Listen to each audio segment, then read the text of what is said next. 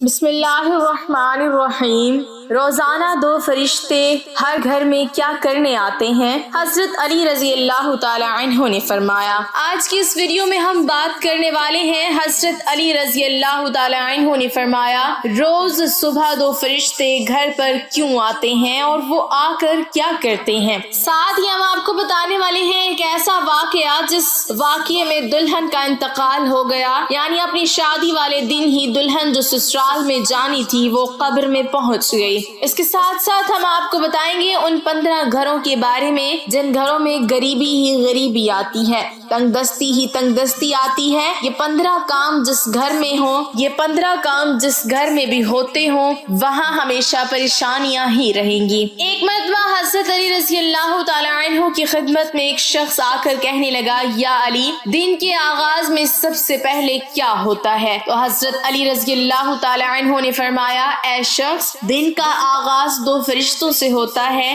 ایک فرشتہ گھر گھر جا کر دعا کرتا ہے اور دوسرا فرشتہ گھر گھر جا کر التجا کرتا ہے۔ تو وہ شخص کہنے لگا، یا علی، کس بات کے لیے فرشتہ دعا کرتا ہے اور کس بات کے لیے التجا کرتا ہے؟ تو حضرت علی رضی اللہ تعالی عنہ نے فرمایا، میں نے اللہ کے رسول صلی اللہ علیہ وسلم سے سنا کہ صبح سے پہلے دو فرشتے زمین پر آتے ہیں اور گھر گھر جا کر دیکھتے ہیں جس گھر میں کوئی ایسا بندہ ہوتا ہے جو اللہ کی مخلوق پر خرچ کرتا ہے، اپنے عزیز و اقارب پر خرچ کرتا ہے، اپنے گھر والوں کی ضرورتوں کو اپنا فرض سمجھتا ہے، تو ایک فرشتہ اللہ کے دربار میں دعا کرتا ہے کہ اے اللہ، اس کے ہاتھ کو کبھی تنگ مت کرنا، اس کی نعمتوں کو بڑھاتے رہنا تاکہ یہ ایسے ہی اپنے عزیز و اقارب اور گھر والوں پر خرچ کر سکے۔ اور دوسرا فرشتہ ڈھونڈتا ہے کہ کہیں کوئی گھر ایسا تو نہیں جس گھر میں کوئی ایسا شخص ہو کہ وہ اپنے گھر والوں پر، عزیز و اقارب پر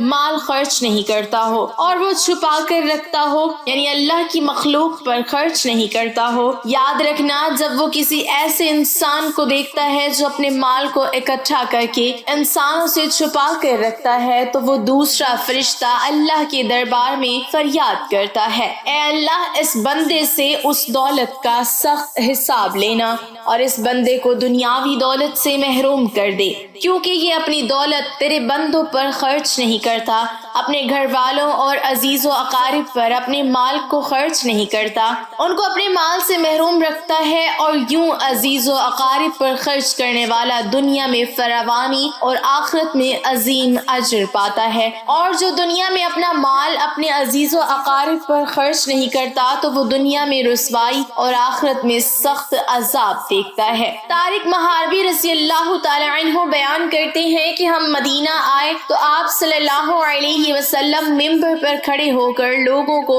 خطبہ دے رہے تھے اور فرما رہے تھے کہ دینے والے کا ہاتھ برتر ہوتا ہے، خرچ کرنے کے معاملے میں اپنے اہل و عیال سے ابتدا کرو، یعنی اپنے ماں باپ، بہن، بھائی، اور پھر ان لوگوں سے جو درجہ بدرجہ تمہارے قریب تر ہوں۔ حدیث اس بات کی طرف رہنمائی کرتی ہے کہ انسان کو چاہیے کہ اس کا ہاتھ اوپر ہی رہے، بائیں طور کہ وہ اپنے حالات اور استطاعت کے بقدر خرچ کرنے اور احسان کرنے والا بنے، نہ کہ لینے اور مانگنے والا، کیونکہ صرف و خرچ کرنا ہاتھ کو بالا تر کر دیتا ہے۔ اسی طرح انسان کو چاہیے کہ وہ خرچ کرنے میں اپنے عزیز و اقارب اور رحمی رشتہ داروں سے ابتدا کرے اور جیسے بھی ہو سکتا ہو ان کی دلجوئی کرے، اور اس سلسلے میں اہم ترین رشتہ داری سے آغاز کرے، چنانچہ ماں سے شروع کرے کیونکہ وہ ابتدا کے لحاظ سے باپ پر مقدم ہے اور بہن بھائی پر مقدم ہے۔ اسی طرح اس کے رشتہ داروں میں سے جو اس کے قریب ترین ہیں، ان کے پاس اگر بقدر کفایت مال نہ ہو تو وہ ان کا خیال رکھے۔ ناظرین، اب ہم آپ کو وہ واقعہ سناتے ہیں جس واقعے میں دلہن کا انتقال ہو گیا، یعنی اپنی شادی والے دن ہی دلہن قبر میں پہنچ گئی۔ یہ واقعہ سعودی عرب کا ہے۔ ایک لڑکی کی شادی تھی، اس کی تیاریاں چل رہی تھی، دلہن کو سجایا جا رہا تھا۔ اتنی دیر میں مسجد میں اذان ہوئی اور اس اس کے بعد نماز کے بعد سے ہی لڑکی کے میک اپ کی تیاریاں چلنے لگی۔ اس کو ایک اچھا سا لباس پہنایا گیا اور دلہن کا سارا میک اپ کیا گیا۔ اتنی دیر میں عشاء کی اذان ہو گئی۔ جیسے ہی اس لڑکی کے کانوں میں آذان کی آواز آئی تو اس نے سوچا کہ میں نماز پڑھ لوں اور اٹھی وضو کرنے کے لیے جانے لگی۔ جیسے ہی وہ وضو کرنے کے لیے چلی تو اس کی ماں نے دیکھا اور پوچھا، بیٹی کہاں جا رہی ہو؟ تو دلہن نے جواب دیا کہ امی میں وضو کرنے کے لیے جا رہی ہوں، آذان ہو چکی ہے، نماز کا وقت ہو رہا ہے۔ لڑکی کی ماں نے کہا کہ کہیں تم پاگل تو نہیں ہو گئی ہو؟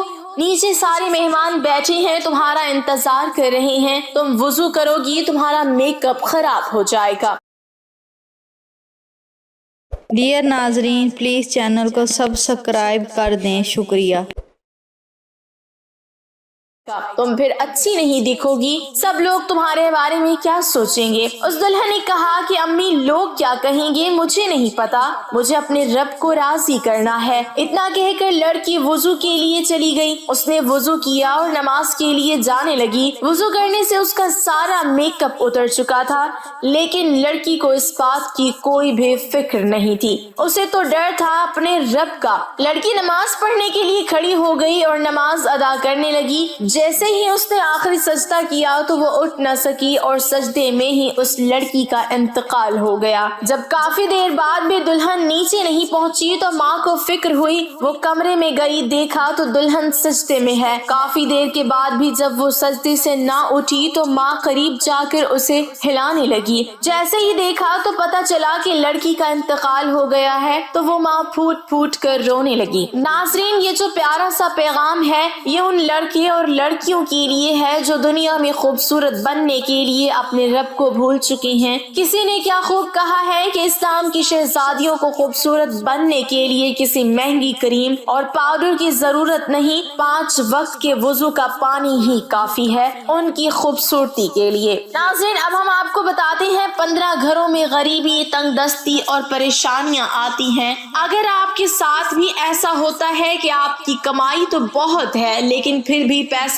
رکتا نہیں ہے، پیسے میں برکت نہیں ہوتی، اگر آپ ان غلطیوں میں سے ایک بھی غلطی کرتے ہو تو اسے فوراً اپنے سے دور کر دو، انشاءاللہ آپ کے گھر سے ہر تنگی دور ہو جائے گی۔ گھر میں رزق کی تنگی آنے کی 15 نشانیاں۔ نمبر 1، لیٹتے وقت ایک ٹانگ کو دوسری ٹانگ پر رکھنا۔ نمبر 2، ٹوٹے ہوئے برتن استعمال کرنا۔ نمبر 3، بوتل کو پورا منہ یا پانی کے مٹکے کو منہ لگا کر پانی پینا۔ نمبر 4، پیڑ کے نیچے پیشاب کرنا۔ نمبر 5، ٹوٹی ہوئی کنگھی سے بال بنانا۔ نمبر 6، گھر میں کوڑا کرکٹ جمع کر کے رکھنا۔ نمبر 7، دانتوں سے ناخن کو کاٹنا۔ نمبر 8، فجر کی نماز نہیں پڑھنا۔ نمبر 9، جھوٹی قسم کھانا۔ نمبر 10، الٹے لیٹ کر سونا۔ نمبر 11، مہمان کے آنے پر ناراض ہونا۔ نمبر 12، عورتوں کا کھڑے کھڑے بالوں کو سنوارنا۔ نمبر 13، غسل خانے میں پیشاب کرنا۔ نمبر 14، گھر میں بڑے لوگوں کو نیچے بٹھا کر خود اوپر بیٹھنا۔ اور نمبر 15، الٹے ہاتھ سے کھانا پینا کرنا۔ یہ ہے وہ 15 کام جس سے رزق میں تنگی آتی ہے۔ ان سب کاموں سے بچیں، انشاءاللہ آپ کی ہر پریشانی دور ہو جائے گی اور رزق میں برکت ہوگی۔ اللہ پاک ہمارے رزق میں، مال میں اور گھروں میں برکت عطا فرمائے، آمین۔ ناظرین، کمنٹ باکس میں اللہ تعالیٰ کے 99 ناموں میں سے ایک نام ضرور ٹائپ کریں۔